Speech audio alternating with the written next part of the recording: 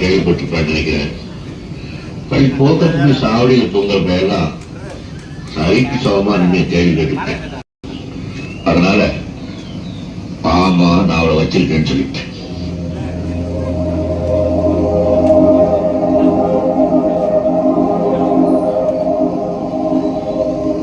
ஊர் சனம் அத்தனை பேருக்கு முன்னாடி அப்படி சொல்லிட்டீங்களா?